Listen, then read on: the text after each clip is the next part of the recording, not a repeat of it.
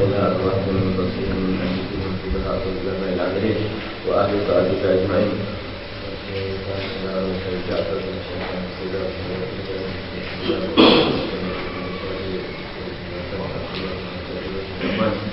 وإلى أرواح من أمر بها إنك أنت الإله والأرواح وأمتنا وأمتكم وأمة المسلمين أجمعين أن الله يتغشاهم بالرحمة والمغفرة ويسكنهم الجنة بخير ولطف وعافية وأن الله يفتحنا فتوح العارفين ويفكرنا في الدين ويعلمنا المتعوذ وأن الله يرزقنا علما نافعا وقلبا خاشعا وعلما متكبلا في خير ولطف وعافية وإلى حضرة النبي محمد صلى الله عليه وسلم الفاتحة.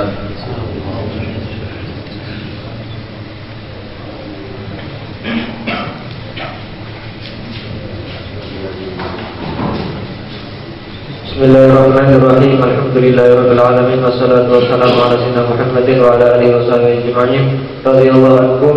Wa la tasihhu salatu man hamala mustajmira aw hayawanan biman fadihi najisun aw mudakkin husila matbahuhu duna jawbihi aw mayyitan tahiran ka'adami wa samak lam yusal badinhu aw baydatun mudiratun fi batiniha damun wala salatu wa fi didorofin muttasilin bin najazin wa innam yataharab bi harakatihi far'ud law ra'a man yuridu salat wa fi thawbihi najisun ghayru ma'fuin anhu lazimahu i'lamuhu wa kadha yalzamuhu ta'limu man ra'ahu yakhilu bi wajibi ibadatin fi ra'yi muqallidi tatimmatun yajibul istinja'u min kulli kharijin mulawithin bima'in wa yakfi fihi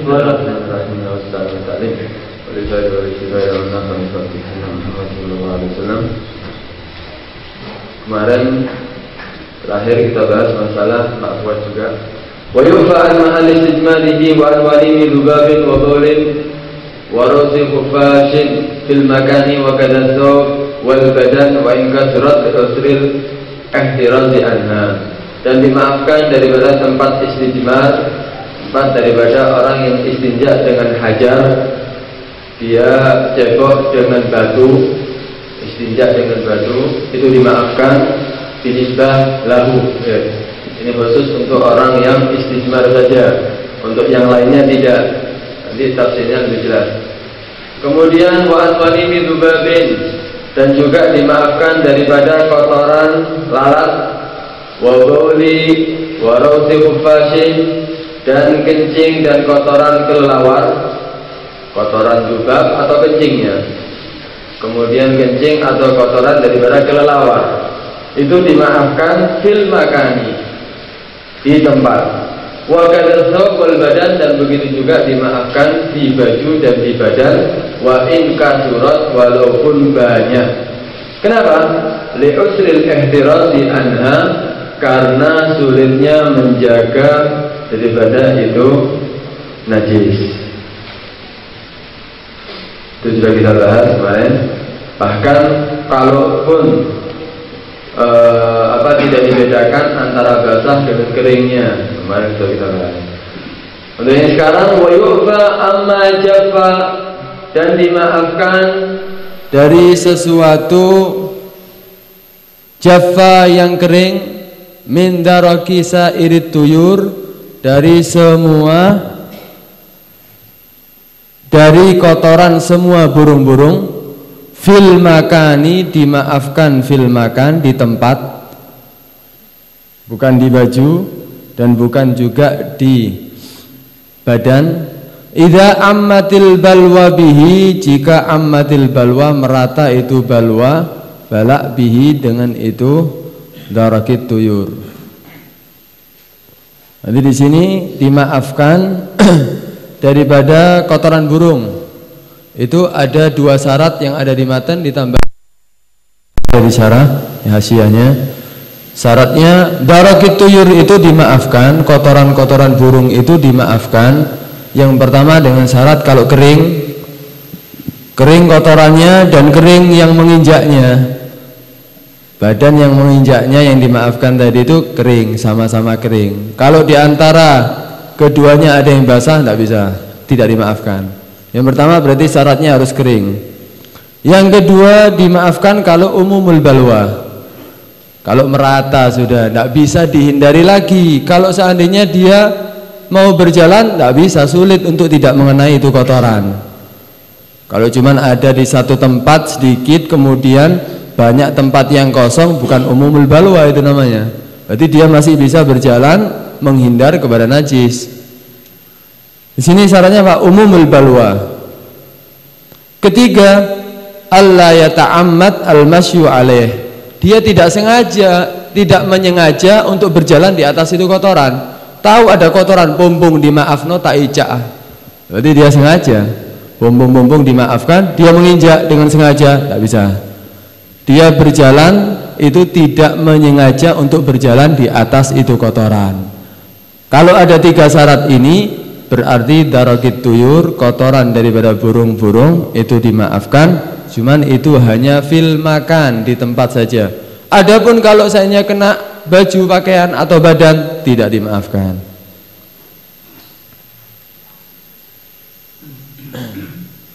Kemudian wagadiyatu kalamil majmu', dan ketentuan daripada kalamil majmu', kalam yang ada di kitab majmu'. Al-afu anhu fi thawb wal badan aidan, dimaafkan dari itu kotoran burung, fi thawb di pakaian, wal badan dan di badan aidan juga. Di kitab Majmu' dijelaskan, di situ katanya apa? Dimaafkan juga walaupun di baju ataupun di badan. Cuman ini dhaif. Yang mu'tamad tidak dimaafkan. Dimaafkan hanya di tempat saja. Adapun di baju dan di badan tidak dimaafkan. Cuman Majmu' mengatakan, Imam Nawawi di kitab Majmu' dia mengatakan apa? Dimaafkan juga itu kotoran burung, baik di baju ataupun di badan.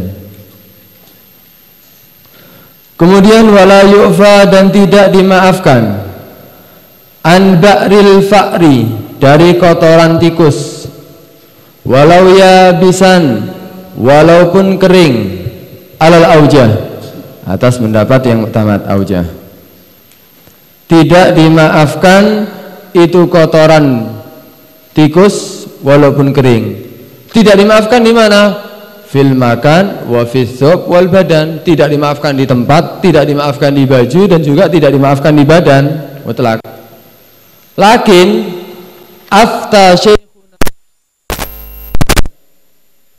afta Syekhuna Ibnu Ziyad, akan tetapi berfatwa Syekhuna, guru kita, gurunya daripada muallif Fathul Mu'in ini, Ibn Ziyad, dia mengatakan apa? Berfatwa ka ba'dil mutaakhirin, sebagaimana sebagian ulama-ulama mutaakhirin. Apa katanya? Bil afwi anhu, dimaafkan dari itu kotoran tikus. Idza ammatil balwa bihi, jika merata itu balwa, bala bihi, dengan itu kotoran tikus.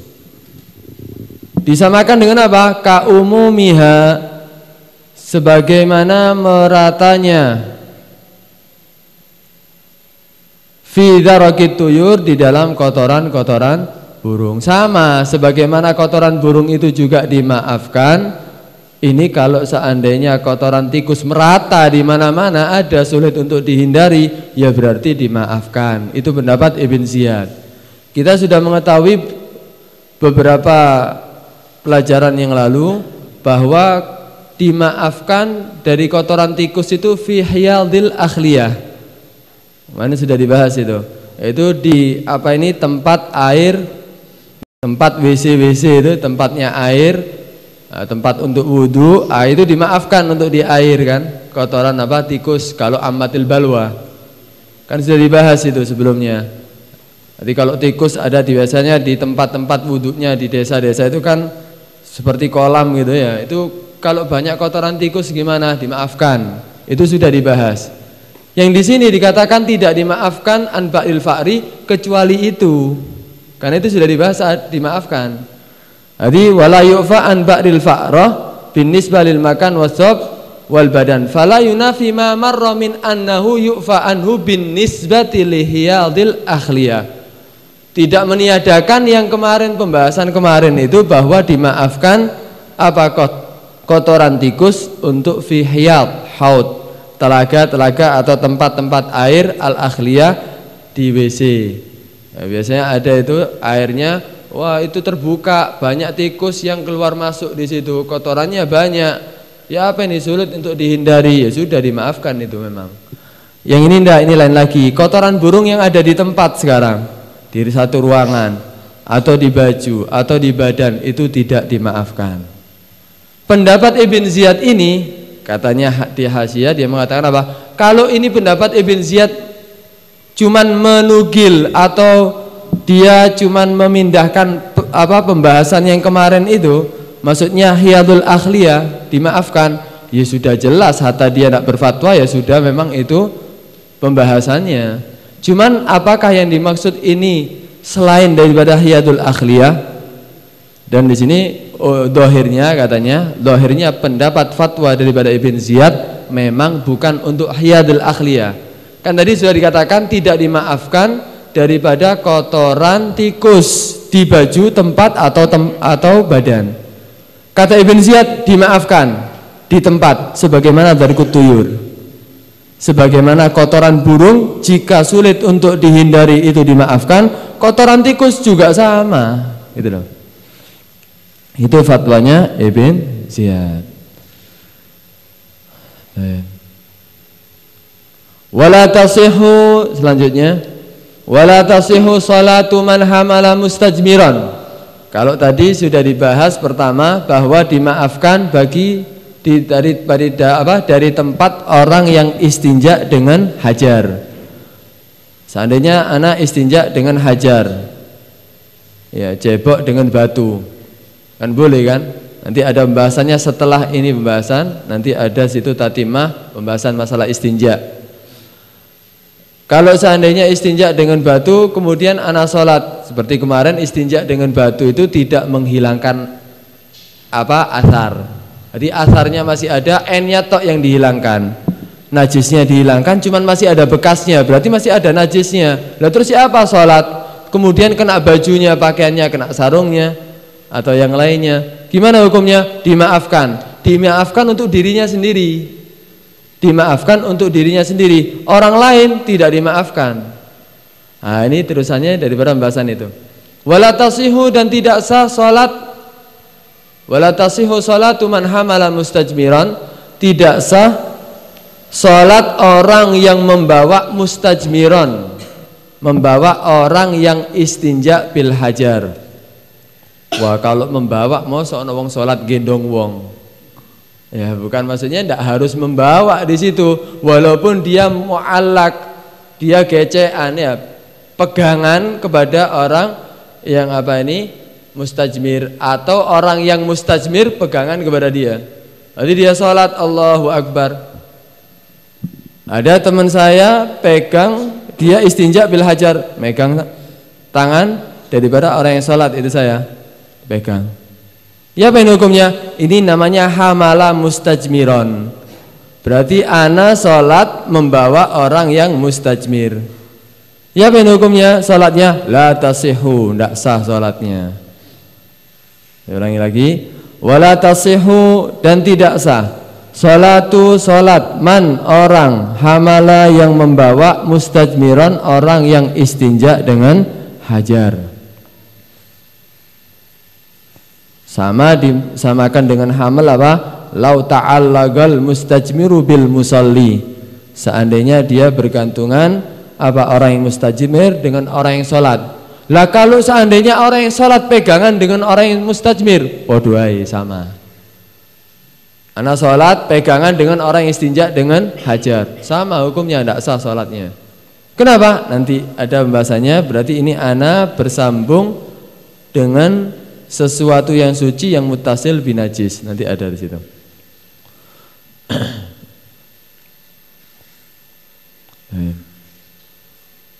Lah kalau kena bajunya ya apa? Sholat softnya kan rapet, kemudian sholat baju orang yang mustajmir menempel kepada baju orang yang tidak mustajmir, batal apa enggak? Ya enggak. Untuk baju enggak. Kenapa? Darurat. Itu siapa? Sholatnya dibenggang-benggang. Ya enggak apa-apa kalau itu darurat.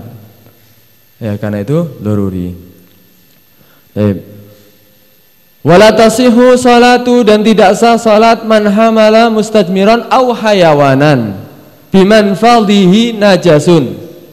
Dan tidak sah juga salat orang yang membawa hewan, tengah-tengah salat bawa hewan, atau itu kucing atau yang lainnya. Biman fadhihi, di tempat lubang keluarnya kotoran daripada itu hewan, najasun, ada najisnya. Jadi kucing setelah kencing atau setelah berak dibawa, dia sholat bawa itu kucing, berarti manfaatnya itu tempat lubang keluarnya kotoran itu ada najisnya, berarti sama pembahasannya dengan tadi itu. Mustajmir hayawan ini kan sama. Nah, dia berarti membawa sesuatu yang suci cuman muttasil binajis, bersambung dengan najis, seakan-akan dia juga bawa najis, tidak sah sholatnya. Aw hayawanan biman fadhihi najasun, atau membawa hewan di lubangnya itu ada najis. Aw mudakka ghusila madbahuhu duna jawfih, atau mudakka yang disembelih, hewan sembelihan, setelah menyembelih ayam misalnya, atau kambing atau sapi, ghusila madbahuhu, yang dibasuh, madbahuhu tempat sembelihannya, di lehernya setelah disembelih kan berdarah, dibasuh. Duna jawfi, cuman perutnya tidak dibersihkan, dibawa ketika sholat, ya apa hukum sholatnya? Tidak sah juga. Jadi membawa hewan sembelihan walaupun sudah dibersihkan tempat sembelihannya, cuman dalam perutnya tidak dibersihkan, ya apa ini hukumnya? Tetap tidak sah sholatnya.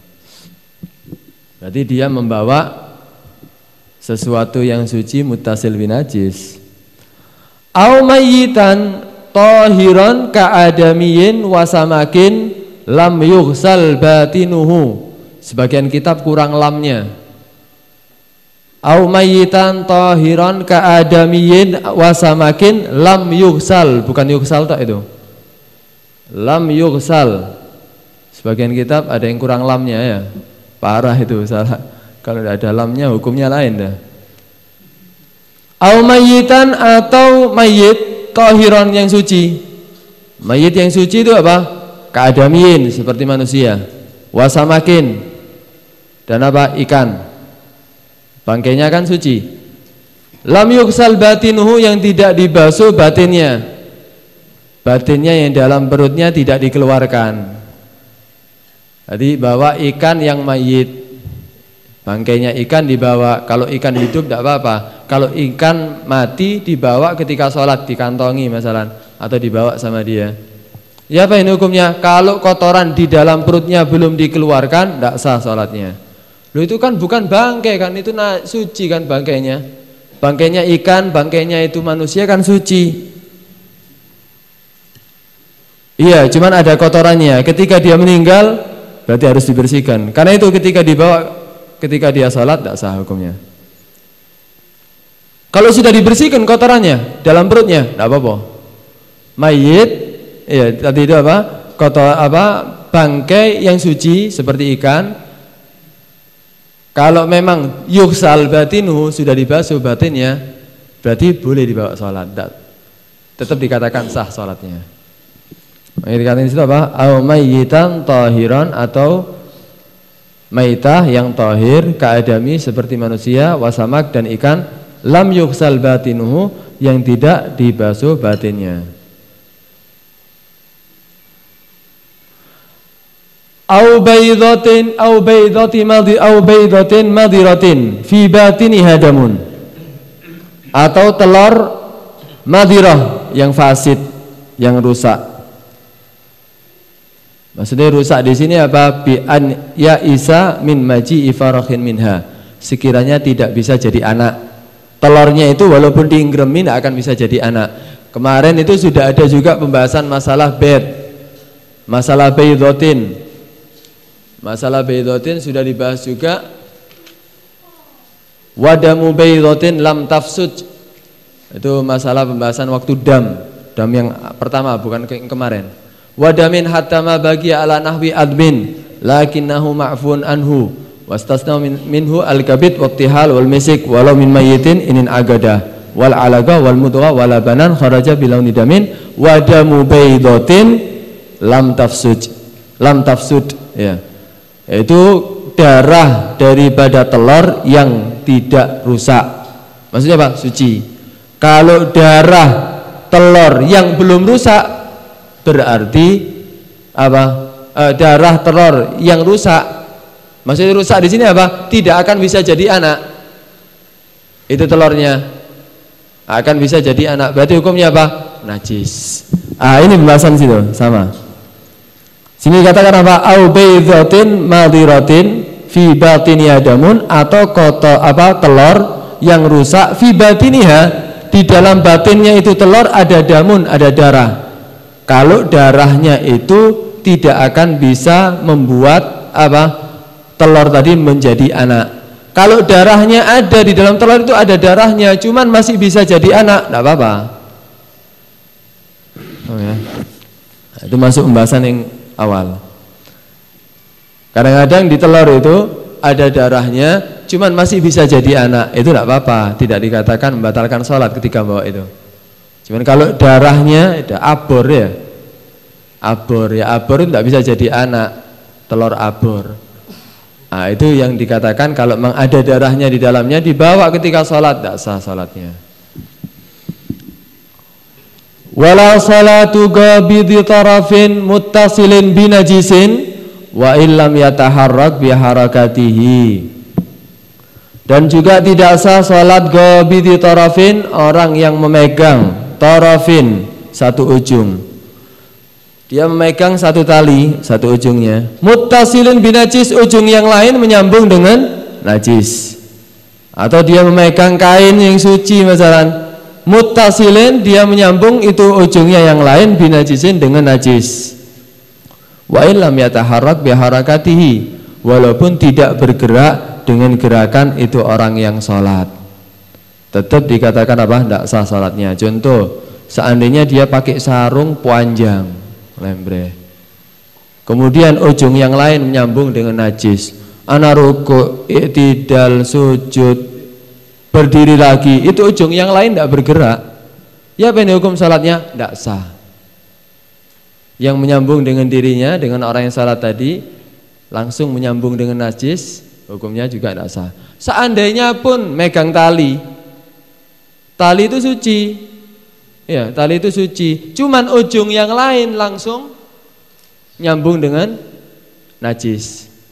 Jadi tali dipegang, kemudian ujung yang lain langsung di atasnya najis, ya ini hukumnya juga tidak sah salatnya. Karena itu Imam Qurdi memberi hasil,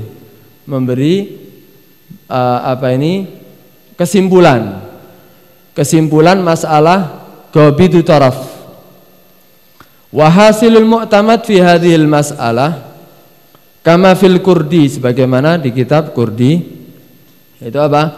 Annahu, sungguhnya, in wada'a tarafal habli, jika dia meletakkan ujung tali bi ghairi syaddin, dengan tanpa diikat, ala juz'in tahirin, di atas sesuatu yang suci, min syai'in mutanajjis, dari sesuatu yang ada najisnya. Seperti apa? Kasafinatin mutanajjisah, seperti perahu yang mutanajjis. Di dalam perahu itu ada najisnya, berarti itu dikatakan perahu mutanajjis. Atau perahu itu semuanya ada najisnya, cuman dia meletakkan ujung tali yang lain, ujung tali yang satunya dipegang, ujung tali yang lain ditaruh di tempat yang suci dari itu perahu, dari bagian itu perahu yang suci ditaruh situ dengan tanpa diikat. Au ala syai'in tahirin muttasilin binajis, atau meletakkan di atas sesuatu yang suci, bukan muttasil bimutanajis seperti tadi, muttasil binajis, langsung menyambung dengan najis. Karena mutanajis itu aslinya suci, kena najis. Kalau najis memang aslinya sudah najis. Seperti apa? Kasajuri kalbin, seperti apa ini, kalung daripada anjing. Kalungnya anjing suci, anjingnya najis. Ditaruh itu tali yang lain di atas itu kalungnya anjing. Sesuatu yang suci menyambung itu sesuatu yang suci dengan apa? Dengan najis. Ya, apa yang dihukum dua-duanya? Lam yadurra dzalika mutlaqan. Ini tidak bahaya. Tidak bahaya maksudnya apa? Tetap sah salatnya mutlaqan. Mutlaqan di sini apa? Baik itu akan tertarik atau tidak hewannya itu atau sesuatu tadi itu tidak ada tafsirnya, tetap dihukumi sah salatnya. Ini bi ghairi syaddin ya, dengan tanpa mengikat. Nah kalau diikat gimana? Awada'ahu atau meletakkan itu apa? Taraf habl ya, ujung tali ala nafsin najis, langsung di atas najisnya. Salat membawa tali ujung yang lain langsung kena najisnya, kotoran masalah. Jadi ujung yang lainnya langsung di atasnya najis, bukan di atas sesuatu yang suci mutasil bimta najis atau najis, enggak, langsung di atasnya najis. Ya, apa ini hukumnya? Walau bila nahwi syaddin, walaupun dengan tanpa diikat langsung nempel ke najis, walaupun dengan tanpa diikat. Dharra mutlaqan, maka ini bahaya mutlaqan secara mutlak. Maksudnya apa? Salatnya tidak sah. Baik itu najisnya bisa ditarik atau tidak. Kalau sudah langsung di atasnya najis, berarti ujung yang lain walaupun suci dipegang, tidak sah salatnya. Ini yang ketiga. Wa in syaddahu, ini kalau mengikat, kan tadi kan kalau tanpa diikat, yang dua masalah pertama tadi. Kalau ini wa in syaddahu, kalau mengikatnya itu tali, ujung tali diikat alat tahir, di atas sesuatu yang suci, al muttasil binajis, yang menyambung dengan najis. Seperti apa tadi? Sajuri kalbin ya, atau yang lainnya. Anjing, kalungnya, talinya ditaruh di kalungnya anjing, cuman ditaleni, diikat. Berarti muttasil bitahirin muttasil binajis, dia memegang tali yang muttasil binajis ya, dia kena yang suci cuman nyambungnya dengan najis. Cuman bedanya yang kalau tadi tidak diikat, ini diikat. Ya, apa ini hukumnya? Ini jarra bijarrihi, kalau tertarik dengan tarikan dia. Kalau seandainya dia narik akan tertarik itu hewan atau benda apapun, seandainya muttasil binajis langsung, seandainya ditarik langsung tertarik, dharra, maka bahaya. Maksudnya apa? Tidak sah salatnya. Wa illa, kalau tidak tertarik dengan tarikan dia, berarti fala. Maksudnya apa? Fala yadur, berarti salatnya tetap sah. Itu kalau salatnya dia membawa atau memegang ya. Berarti memegang itu dia memegang itu tali, atau dia menaruh di atas pundaknya, atau dia cuman membawanya, sama. Tidak harus ya. Atau diikat di tangannya, atau bahkan diikat di kakinya ujung tali satunya. Kalau ditaruh di bawahnya najisnya, muttasil binajis, seperti sajadah, ada najis ditaruh di atasnya sajadah, sholat di atasnya, dia berarti sholat di atas tempat yang suci, cuman muttasil binajis, cuman di bawahnya, di bawah kakinya.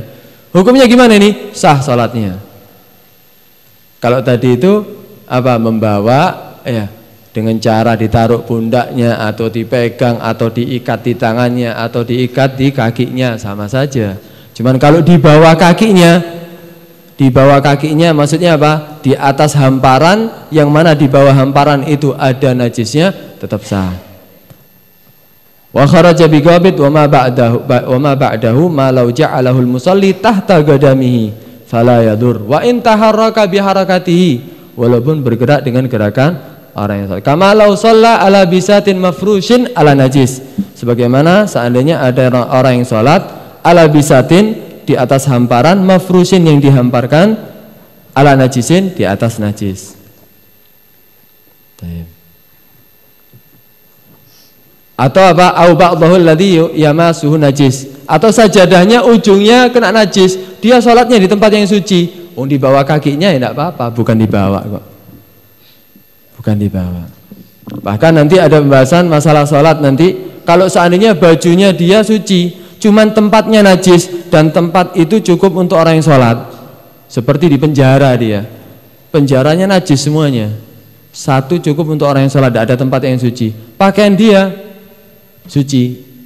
Wajib bagi dia membuka pakaiannya, kemudian ditaruh itu pakaian yang suci untuk dijadikan penghalang kena najisnya, dan dia sholat telanjang, sholatnya tetap sah.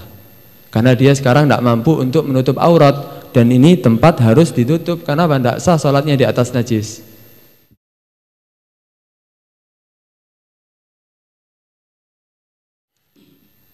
Ya, baik.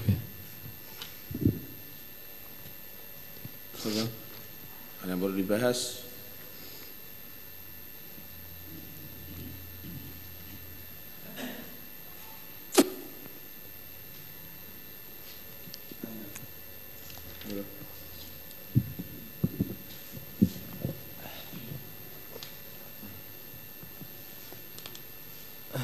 Allahumma shalli ala sayyidina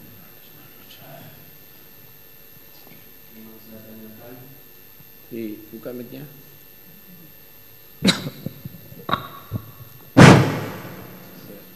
Yang mau saya tanyakan, bagaimana hukumnya sholat dipegang atau dicengklek sama sobi yang belum khitan?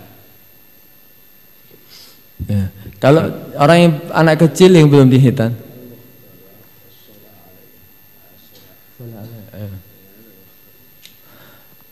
kan anak yang kecil belum disunat itu masalahnya gini, ketika dia kencing itu najisnya ada yang tersisa kan di tempat kemaluannya, itu tidak keluar semuanya. Kalau orang yang sudah disunat ya sudah bersih, keluar langsung bersih kan. Kalau belum disunat itu nyantol najisnya. Nah, kalaupun seandainya dibersihkan sampai ditarik bersih, yakin bersih, tidak apa-apa. Kalau enggak, biasanya anak kecil tidak akan seperti itu, diceboi begitu saja. Berarti masih ada najis yang nyantol gitu loh. Ketika dia sholat dipegang anak yang seperti itu, sama ini dengan pembahasan orang yang sholat dipegang sama mustajmir.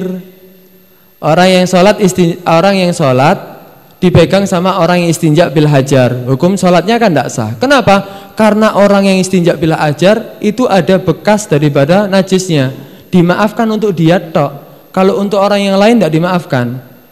Ketika ada orang anak kecil yang belum hitan, dia sholat, kemudian anak kecil itu ngelandoti itu orang yang sholat, ya berarti dia seperti membawa najis. Kenapa? Karena di kemaluan itu anak masih ada bekas daripada kencing yang belum disucikan. Sama pembahasannya. Di amsaka ya, jadi dia itu memegang, bukan menempel. Megang atau nginjak, tapi kalau menempel dengan pakaiannya dan menempel dengan badannya tidak ada masalah. Yang penting bukan memegang.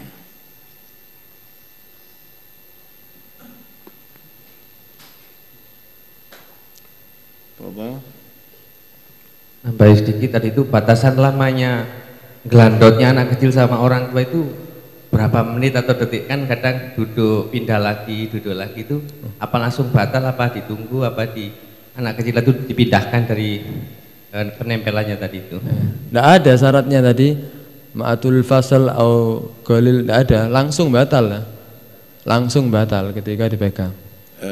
Itu sama dengan itu, kalau memang langsung langsung dihindari, sama dengan kena waqa'at najasa, kemudian kalau langsung tulqahalan,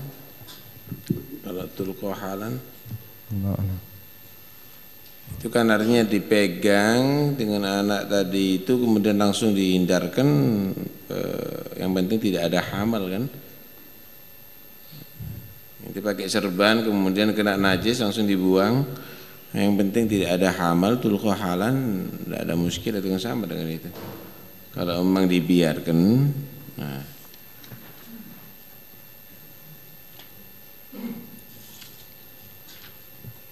Ada yang lain?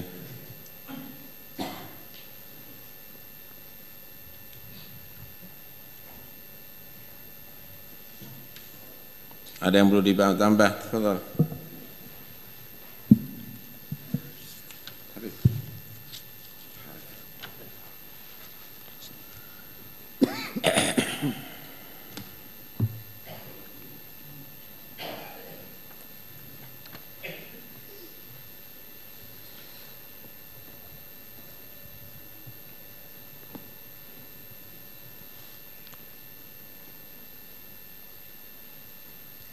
Nggak ada yang perlu ditambah atau nggak ada yang perlu dipertanyakan?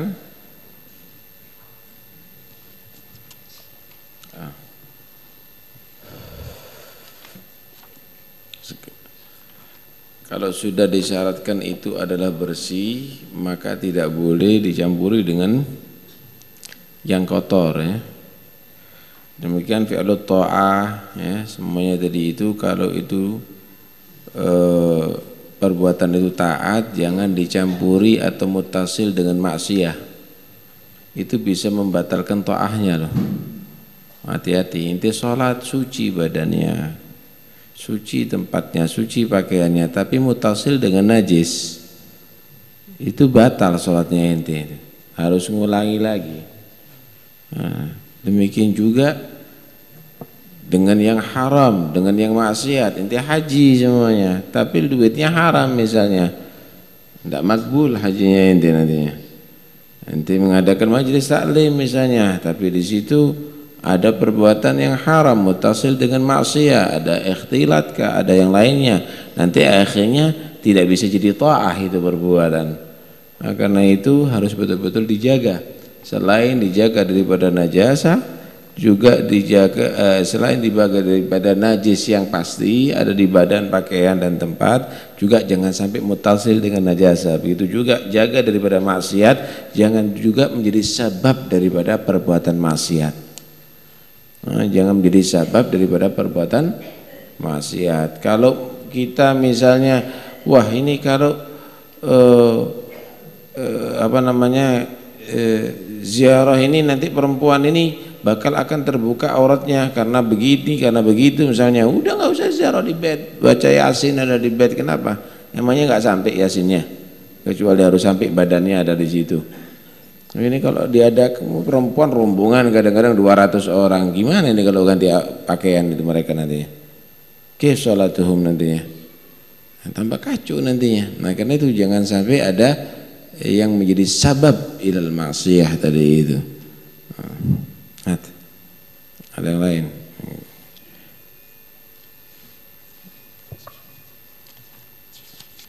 Di situ ada lafaz wala tasihhu au hayawan bimamfadhihi najasun. Itu apa termasuk air burung yang hinggap kepada orang yang sholat, apakah termasuk itu gak sah sholat? Hayawan yang termasuk hayawan di situ atau apa termasuk burung juga?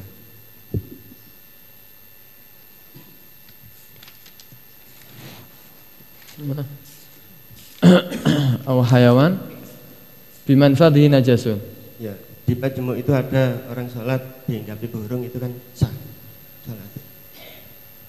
Kalau diyakini itu burung memang manfaatnya ada najisnya, ya tetap tidak sah berarti. Itu najis yang terlihat itu. Apa setiap burung kan tidak pernah bersuci? Ya, mungkin. Gitu. Mungkin dia masuk ke air, kena hujan kan bisa suci nanti. Ya. Kalau memang diyakini ya kelihatan habis berak kemudian tidak kemana-mana langsung ke kepalanya orang yang sholat, ya mungkin. Cuman itu masalah manfaat, ya manfaat burung itu kan dimaafkan di air ya. Kan kemarin sudah ada pembahasannya itu. Seandainya burung habis berak kemudian masuk ke air, kan tidak apa-apa kemarin pembahasan masalah air itu. Cuman kalau di orang yang sholat, kalau diyakini belum masih ada najisnya, itu tidak sah bawa dia kan. Diyakini bukan diragukan ya. Yang kedua tentang anak yang belum khitan. Ada orang diingatkan itu dengan alasan li usril ikhtiraz, karena sulit menjaga anaknya sendiri seperti itu. Atau mungkin ada mazhab lain yang memperbolehkan dipegang oleh anak yang belum khitan. Kalau mazhab Syafi'i Allah alam ya. Yang ada khilaf itu masalah shalah alaih. Nyolati anak yang belum khitan itu ya. Itu yang ada khilaf. Kalau selain mazhab Syafi'i Allah alam itu. Ada enggak? Menemukan itu. Kalau Syafi'iyah itu ada khilaf masalah nyolati itu ya. Kalau belum dikhitan itu, wah itu disolati ya apa enggak itu ya.